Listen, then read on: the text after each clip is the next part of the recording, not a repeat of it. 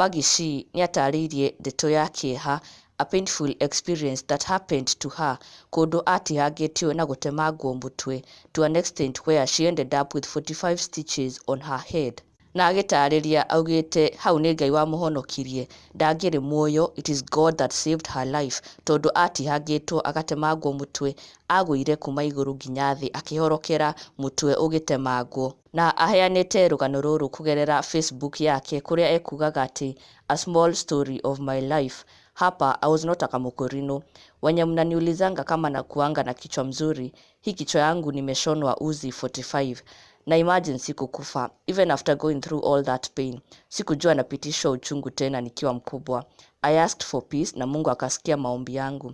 Niĩ ndĩ mbeũ ya Ngai, ndikahuka in Jesus name.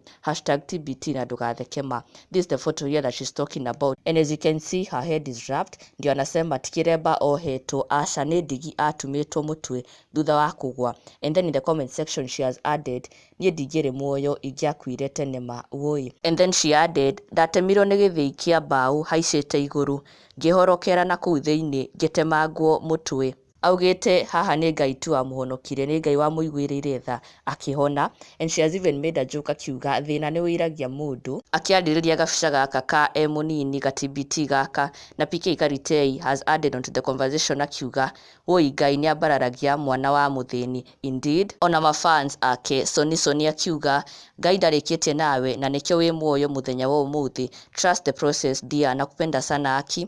Na Jenny Mercy akiuga ruo rũu wagĩrĩire nĩ ũira ũmũthĩ, Ngai ũcio wagũcenjeire rĩtwa aronjenjeria rĩakwa. Ona America Riz akiuga nĩ Ngai wa ihinda rĩngĩ. Ona Shii akauga woi Ngai, God is great uritoboa. And indeed it was a near death experience for her, but by God's grace she survived, and it will forever be a testimony for her. Na ndũkariganĩrwo gũsubscribe for the latest and best Kikuyu celebrity news.